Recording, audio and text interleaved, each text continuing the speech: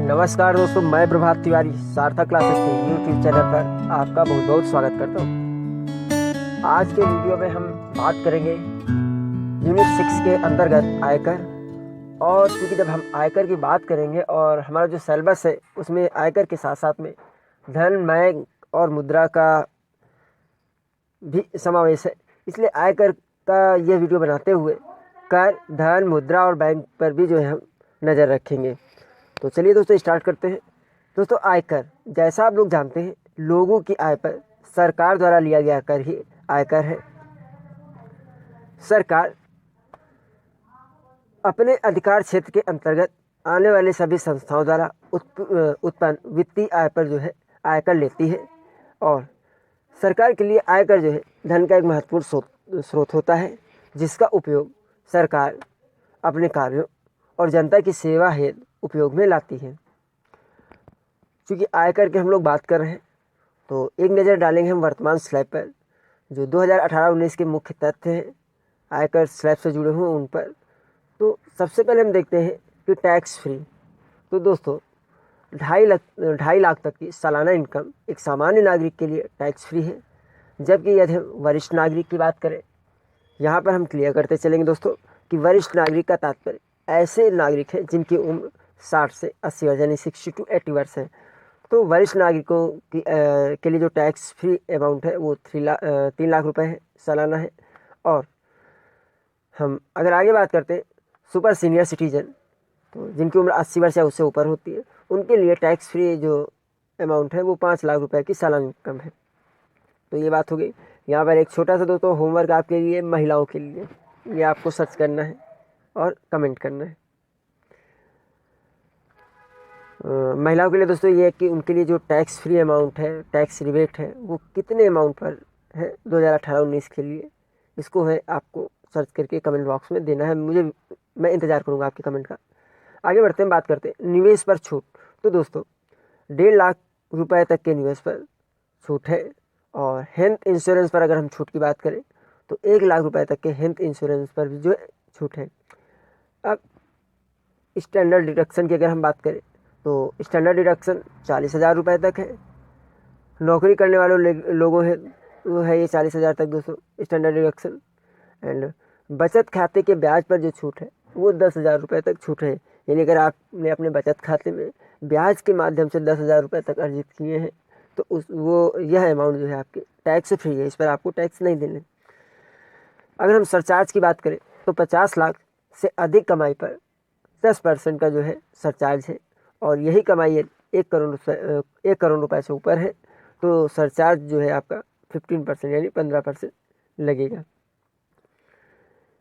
2018-19 के आयकर स्लैब में टैक्स पर जो है 4% का सेस और रिटर्न देर से भरने पर पेनाल्टी का भी प्रावधान किया गया है। तो ये कुछ तथ्य थे दोस्तों वर्तमान में इनकम टैक्स से रिलेटेड। अब हम बात कर लेते हैं प्रमुख शब्दावली। दोस्तों देखिए, आयकर पढ़ने के लिए हमें कर पढ़ना पड़ेगा क्योंकि क्वेश्चन बन सकते हैं। तो ये कुछ शब्दावलियाँ हैं जो आपके कर से संबंधित हैं, ठीक है, आयकर से संबंधित है, मिक्स है, आप देख लीजिए। तो सबसे पहले हम देखते हैं कर वंचन यानी टैक्स इवेशन। कर वंचन वास्तव में कर चोरी होती है। किसी भी तरीके से, या आप कहें किसी भी तरीके से नहीं कहेंगे, अवैध ढंग द्वारा करों के भुगतान से बचना ही कर वंचन या कर चोरी कहलाता है। यानी किसी भी तरीके से यदि आप जो है अवैध तरीके से अगर आप सरकार को टैक्स नहीं देना चाहते, सरकार से अपने टैक्स को बचाने के लिए आप चोरी करते हैं, उसके लिए आप अवैध तरीके अपनाते हैं, तो इसको कर वंचन या कर चोरी के नाम से जाना जाता है। आगे बढ़ते हैं, बात करेंगे कराधान या टैक्सेशन। राजस्व प्राप्ति हेतु राजकोषीय नीति का यह एक माध्यम होता है और इसी माध्यम से सरकार राजस्व की प्राप्ति करती है। टैक्स बर्डन या कर भार। तो कर भार नागरिकों द्वारा प्राप्त कुल राशि टैक्स के रूप में, उसको टैक्स बर्डन या कर भार के नाम से जाना जाता है। डबल टैक्सेशन या दोहरा करारोपण। दोस्तों जब एक ही आय पर 2 बार टैक्स देना पड़े तो इसको हम डबल टैक्सेशन या दोहरा करारोपण के नाम से जानते हैं। इसके अगर एक एग्जाम्पल की हम बात करें तो कोई कंपनी यदि विदेश में कार्य कर रही है तो उसे अपनी इनकम में जो है विदेश में भी कर देना होगा और अपने देश में भी कर देना होगा, यानी एक ही आय पर उसे डबल टैक्सेशन का सामना करना पड़ता है। चलिए आगे बात करेंगे कर परिहार या कर एविडेंस। कर परिहार, देखिए दोस्तों, कर परिहार या कर एविडेंस के साथ साथ अगर हम करवंचन को देखें तो दोस्तों थोड़ा सा दोनों अपोजिट है। करवंचन जहाँ चोरी होता है, ठीक है, चोरी से कर बचाना, कर बचाने के लिए चोरी करना। वहीं कर परिहार या कर एविडेंस वैधानिक तरीके से जो है कर बचाना, एक जो वैध तरीका है उसको अप्लाई करके अगर आप टैक्स बचाते हैं तो उसको कर परिहार या कर एविडेंस कहते हैं। इसके लिए सरकार कई नियम देती है कर में छूट के लिए, जैसे कि जीवन बीमा आप करा लें, सरकारी योजनाओं में आप निवेश कर दें, बॉन्ड वगैरह खरीद लें, तो ये सारे तरीके जो हैं आपके कर परिहार या कर एविडेंस के अंतर्गत आते हैं। अब बात करते हैं हम कर मुक्त अवधि या कर अवकाश। एक विशेष समयावधि के लिए पूर्णतया या आंशिक रूप से कर में जो छूट दी जाती है उसी को कर मुक्त अवधि या कर अवकाश के नाम से जाना जाता है। ऐसा सरकार विशेषतः किसी कार्य को प्रोत्साहन देने के लिए या किसी फर्म को प्रोत्साहन देने के लिए करती है।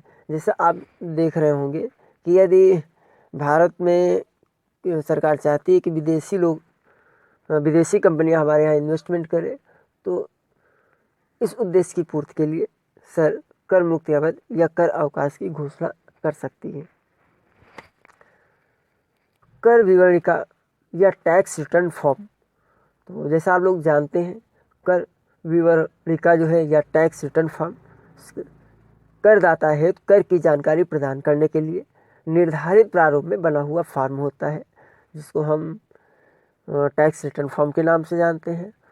और 2011 में वित्त मंत्रालय द्वारा जो है 2 फॉर्म जारी किए गए थे टैक्स रिटर्न फॉर्म को इजी करने के लिए।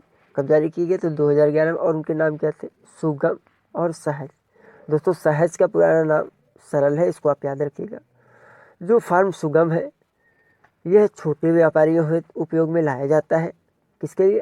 टैक्स रिटर्न फाइल करने के लिए।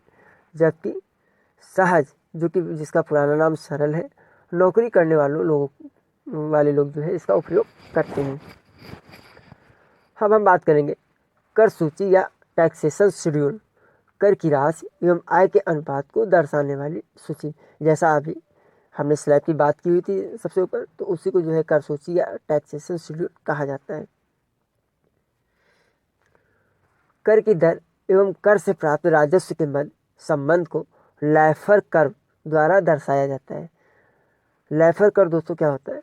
ये एक ग्राफ होता है जो कि जिसमें कर की दर और कर से जो प्राप्त राजस्व है उसके बीच संबंध को दर्शाया जाता है। जनरली कर्व कैसे होता है आप ध्यान दे लीजिए, ये और इस तरीके से कर होता है। यहाँ पर कर की दर एक और लिखा रहता है और तरफ राजस्व। यहाँ पर कर की दर होगा और यहाँ राजस्व प्राप्त होगा। तो होता क्या है, जैसे जैसे प्रारंभ में कर की दर बढ़ती है राजस्व प्राप्त बढ़ता जाता है, और एक लिमिट पर आकर मैक्सिमम पॉइंट पर आकर लोगों के अंदर जब इसके बाद भी सरकार जो है टैक्स बढ़ाती है तो लोगों के अंदर टैक्स चोरी की जो प्रवृत्ति होती है वो बढ़ने लगती है और जो राजस्व प्राप्ति का ग्राफ था वो घटना चालू हो जाता है। तो ये था आपका दोस्तों एक जो है लैफर कर्व। कर की राशि एवं आय के अनुपात में कैसा संबंध होता है? धनात्मक संबंध होता है। इसको याद रखना है कि कर की राशि और आय के अनुपात में हमेशा धनात्मक संबंध होता है। कर आधारित नीति के द्वारा मुद्रास्फीति को न्यूनतम करने का प्रयास किया जाता है। कर आधारित नीति का उपयोग कहाँ पर होता है दोस्तों? मुद्रास्फीति को न्यूनतम करने के लिए। याद रखिएगा, क्वेश्चन यहाँ से बनने की संभावना है। बॉन्ड्स और गवर्नमेंट सिक्योरिटी के रूप में सरकार ऋण लेती है। दोस्तों क्या होता है, सरकार को भी पैसे की आवश्यकता होती है और उसके लिए सरकार बॉन्ड जारी करती है, गवर्नमेंट सिक्योरिटीज जारी करती है, जिनको लोग परचेज करते हैं, लोग उसमें इन्वेस्ट करते हैं। इस तरीके से सरकार को पैसा प्राप्त होता है और सरकार इन बॉन्ड्स और सिक्योरिटी के माध्यम से ग्राहक को निश्चित दरों पर या तय दरों पर उनका पैसा ब्याज सहित जो है वापस करती है। तो बॉन्ड्स और गवर्नमेंट सिक्योरिटी जो है सरकार के ऋण हेतु जो है माध्यम है। हम बात करते हैं कर के प्रकार। जैसा लोग दोस्तों आप जानते हैं, कर दो प्रकार के होते हैं, प्रत्यक्ष कर और अप्रत्यक्ष कर। तो प्रत्यक्ष कर के अंतर्गत जो कर आते हैं आप लोग, प्रत्यक्ष कर के अंतर्गत income tax, corporation tax, property tax, gift tax, wealth tax और इनहेरिटेंस टैक्स, ये टैक्स जो है आपके प्रत्यक्ष कर के अंतर्गत आते हैं। जबकि अप्रत्यक्ष कर के अंतर्गत custom duty, excise duty, service tax, GST, VAT, entertainment tax आदि, ये टैक्स आपके अप्रत्यक्ष कर यानी इनडायरेक्ट टैक्स। तो दो तरीके के टैक्स दोस्तों होते हैं, डायरेक्ट टैक्स और इनडायरेक्ट टैक्स। आगे बात करते हैं अप्रत्यक्ष कर के विषय में कुछ तथ्य हैं। अप्रत्यक्ष कर वस्तु और सेवाओं के अंतिम उपभोक्ता द्वारा भुगतान किया जाता है। इन करों की चोरी नहीं की जा सकती है और यह महंगाई को बढ़ा सकते हैं। कौन से कर? अप्रत्यक्ष कर यानी इनडायरेक्ट टैक्स, महंगाई बढ़ाने में इनका रोल होता है और इनकी चोरी नहीं की जा सकती। क्यों नहीं की जा सकती? क्योंकि ये जो वस्तु और सेवाएं हैं उसके अंतिम उपभोक्ता द्वारा जो इनका भुगतान किया जाता है। प्रत्यक्ष कर की अगर हम बात करें, वह व्यक्तियों, कंपनियों, फर्मों, हिंदू अविभाजित परिवारों, ट्रस्टों आदि पर इसको लगाया जाता है और इन्हीं के द्वारा प्रत्यक्ष कर का भुगतान किया जाता है यानी डायरेक्ट टैक्स का। डायरेक्ट टैक्स यानी प्रत्यक्ष कर की चोरी से दोस्तों संभव है और जो आपका डायरेक्ट टैक्स है यह मुद्रास्फीति को कम करने में मदद करता है। तो मुद्रास्फीति को कम करने में कौन मदद करता है? Direct tax. अब आय के वर्ग देखिए दोस्तों, जो इनकम होती है उसको कितने तरीके से कैटेगराइज करते हैं उसका यहाँ पर समावेश किया गया। तो आय के वर्ग दोस्तों, व्यक्ति की कुल आय का विभाजन 5 शीर्षकों में किया जा सकता है। पहला वेतन, दूसरा पूंजीगत लाभ, तीसरा गृह व संपत्ति से आय, चौथा व्यवसाय से आय और अगर हम पांचवें की बात करें अन्य स्रोत से आय। इस अन्य स्रोत के अंतर्गत दोस्तों जैसे शेयर से कोई आपको इनकम हो रही है, बीमा वगैरह से कोई आपको इनकम हो रही है, या किसी तरीके के खेल है, किसी तरह की प्रतियोगिताओं से आपको कोई प्रॉफिट हो रहा है, तो वो सारा कुछ जो है आपका अन्य स्रोतों से आय के अंतर्गत आता है। अब हम बात करेंगे भारतीय आयकर का स्ट्रक्चर क्या है। तो भारतीय आयकर को हम यहाँ पर दोस्तों एक टेबल के माध्यम से समझने का प्रयास करेंगे जिससे कि हम इसको आसानी से समझ सकें। देखिए दोस्तों, भारतीय आयकर एक तरीके से 5 स्तंभों को मिलकर बना हुआ है। ये कौन कौन से हैं? नंबर 1 पर आयकर अधिनियम 1961, दूसरा वित्त अधिनियम, तीसरा आयकर नियमावली और चौथा है आपका परिपत्र एवं सूचना और 5वें नंबर पर हम बात करते हैं न्यायालय के विधायी निर्णय। एक एक को हम देखते हैं दोस्तों। आयकर अधिनियम 1961, यह जो है दोस्तों आयकर अधिनियम 1961 1 अप्रैल 1962 को अस्तित्व में आया। इसके अंतर्गत कुल धाराएं 298 to 98 है और कुल अनुसूचियों की संख्या 14 है।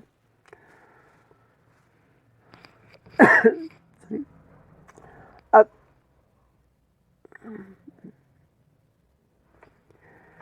तो दोस्तों संसद द्वारा पारित वित्त अधिनियम द्वारा आयकर अधिनियम में प्रतिवर्ष परिवर्तन किया जाता है, को याद रखना है। तो एक टर्म आ रहा है दोस्तों वित्त अधिनियम। तो अब हम देखते हैं कि वित्त अधिनियम क्या है। पॉइंट 2 में ये भी दूसरा पॉइंट है वित्त अधिनियम। वित्त अधिनियम देखिए दोस्तों, प्रत्येक वर्ष आय व्यय का लेखा जोखा वित्त मंत्री द्वारा संसद में 2 भागों में प्रस्तुत किया जाता है। पहला भाग जो है दोस्तों इसका वित्तीय क्षेत्र से प्रस्तावित नीतियाँ होती हैं, जबकि दूसरे भाग में प्रस्तावित कर बजट होता है। तो अभी हम आगे बात करेंगे, लेकिन इसमें हम देखते हैं कि भाग ए और भाग 2 दोनों को ही लागू करने हेतु संसद में वित्त विधेयक प्रस्तुत किया जाता है और संसद की स्वीकृति के बाद और राष्ट्रपति के हस्ताक्षर के बाद जो है यह वित्त विधेयक ही वित्त अधिनियम में परिवर्तित हो जाता है। तो आप इसको याद रखिएगा कि वित्त अधिनियम कैसे बनता है। वित्त विधेयक होता है, संसद के दोनों सदनों में प्रस्तुत होता है, जब उसको संसद की स्वीकृति मिल जाती है और राष्ट्रपति के उस पर हस्ताक्षर हो जाते हैं, तो इस प्रकार से जो है वित्त अधिनियम वो जो आपका वित्त विधेयक था वो वित्त अधिनियम बन जाता है। अभी हम बात कर रहे थे कि वित्त मंत्री जो आय व्यय का लेखा जोखा 2 भाग में संसद में प्रस्तुत करते हैं, उसका भाग ए जो है वित्तीय क्षेत्र में प्रस्तावित नीतियों की बात करता है और भाग 1 के जो है 4 भाग होते हैं। कौन कौन से 4 भाग होते हैं देखते हैं। इसके भाग 1 में कर की दरें होती हैं, भाग 2 में टीडीएस की दरों का वर्णन होता है, भाग 3 में वेतन से आयकर और अग्रिम आयकर की गणना की जानकारी दी जाती है, और भाग 4 जो है शुद्ध कृषि आय की गणना को समाहित रखता है अपने आप में। तो ये था। अब हम बात करेंगे जैसा दोस्तों वित्त अधिनियम हो गया, आयकर नियमावली। आयकर नियमावली बनाने का जो अधिकार है वो केंद्रीय प्रत्यक्ष कर बोर्ड यानी सीबीडीटी को है। तो सीबीडीटी केंद्रीय प्रत्यक्ष कर बोर्ड वित्त अधिनियम के उद्देश्यों के पूर्ति हेतु नियम बनाती है। यानी सीबीडीटी या केंद्रीय प्रत्यक्ष कर बोर्ड जो है ये दोस्तों नियम बनाती है किसके लिए, जो आपका वित्त अधिनियम बन चुका है उसके उद्देश्यों की पूर्ति के लिए। और इसी को हम जो है ये जो नियम बनाती है, कौन बनाती है दोस्तों, केंद्रीय प्रत्यक्ष कर बोर्ड। इसको हम आयकर नियमावली या आयकर नियमावली 1962 के नाम से भी जानते हैं या कहते हैं।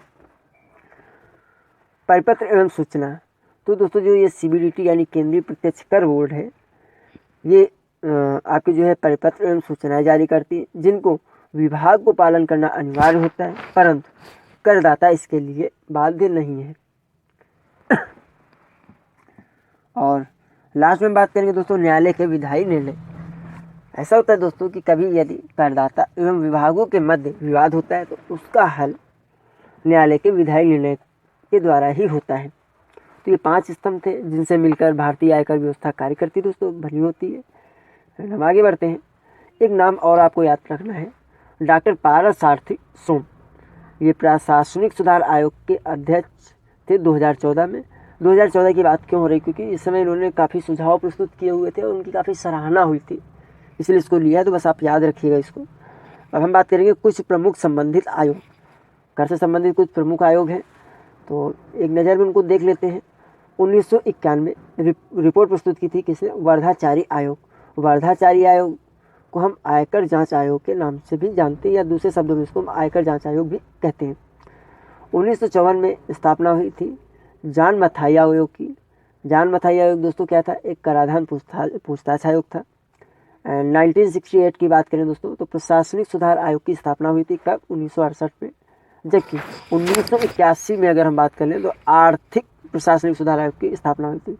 2 डेट है, कंफ्यूज नहीं होंगे। प्रशासनिक सुधार आयोग की स्थापना 1968 और आर्थिक प्रशासनिक सुधार आयोग की स्थापना जो 1981। ये भारत में कर सुधार है, कुछ प्रयास है उसके अंतर्गत आते। और 1976 में जो है निपटान आयोग को बनाया गया। और देखिए निपटान आयोग से संबंधित 2 डेटें आप क्लियर कर लिए, 1976 भी और 1986 भी है। निपटान आयोग क्या है, एक तरीके से किसी समस्या को निपटाने के लिए, किसी समस्या को सॉल्व करने के लिए जो आयोग बने उनका निपटान आयोग नाम दिया गया। और 2 डेटें 1976 में भी देना था और 1986 में भी। इसके विषय में दोस्तों मुझे ज़्यादा जानकारी नहीं है निपटान आयोग के विषय में, आगे बात करूँगा जब इसके विषय में ज़्यादा डिटेल में देख पाऊँगा। अभी आप ये मान लीजिए कि 2 डेटें आपके निपटान आयोग से संबंधित 1976 और 1986। अन्य महत्वपूर्ण तथ्यों की हम बात करें तो दोस्तों, जो चूँकि मैंने बात किया हुआ था कि आयकर के साथ साथ आपको कर देखना है, बैंक देखना है, मुद्रा देखना है, धन देखना है, तो इसलिए इनको देखना जरूरी हो जाता है। उच्च मूल्य के नोटों का विमुद्रीकरण जो हुआ था 1946 में हुआ। राजस्व लेखा परीक्षा प्रारंभ की गई 1961 में। पैन की शुरुआत यानी परमानेंट अकाउंट नंबर की शुरुआत जो है 1972 में की गई, जबकि नया पैन जो है 1994 में अस्तित्व में आया। आयकर लोकपाल संस्था स्थापित हुई थी दोस्तों 2006 में, और यह आयकर लोकपाल संस्था 12 शहरों में स्थापित की गई थी। अखिल भारतीय कर नेटवर्क, जिसको टैक्स नेट के नाम से जानते हैं, की स्थापना 2007 में हुई थी। एकीकृत डेटा प्रबंधन प्रणाली यानी ITDMS की शुरुआत 2007 में हुई थी। TDS समाधान, लेखांकन और सुधार को सक्षम बनाने की प्रणाली जो है TCES यानी TEA-CES का जो प्रारंभ है वो 2012 में हुआ था। तो TCES का प्रारंभ कब हुआ, 2012 में। ITDMS का प्रारंभ हुआ 2007 में, और टैक्सनेट जो है प्रारंभ हुआ 2007 में। आयकर विभाग की राष्ट्रीय वेबसाइट हम देख लें क्या है दोस्तों, बहुत ध्यान से देखिएगा। www.incometaxindia.gov.in, लास्ट में gov.in है। अभी यहाँ से क्वेश्चन पूछ लेते हैं तो थोड़ा कन्फ्यूजन हो, इसलिए मैंने ले लिया। इसके बाद कुछ चीज़ों को मैं नहीं शामिल कर पाया हूँ समय के अभाव में। आगे अगर मौका मिलेगा मैं बिल्कुल शामिल करूँगा। तो क्या है वो दोस्तों, भूतलिंगम समिति, चौकसी समिति और केलकर समिति, ये तीनों ही समितियाँ कर सुधार से संबंधित हैं भारत में। तो अगर आपको समय मिलता है तो आप इनको देख लीजिएगा। एक तरीके से आप इसको होमवर्क समझ सकते हैं कि आने वाले वीडियो में मुझे यदि वक्त मिला से संबंधित तो मैं इनके विषय में भी जानकारी को समाहित करूँगा अपने वीडियो के माध्यम से। और लास्ट में दोस्तों, अनुमानित कर योजना को 1997 में बंद कर दिया गया था। यानी अनुमानित कर योजना जो थी उसको जो है 1997 में बंद कर दिया गया था। तो दोस्तों ये आज का वीडियो है कर से संबंधित, और आई होप कि आपको पसंद आया होगा। मैं फिर दोस्तों मिलूँगा आपसे अगले वीडियो में। तब तक के लिए नमस्कार।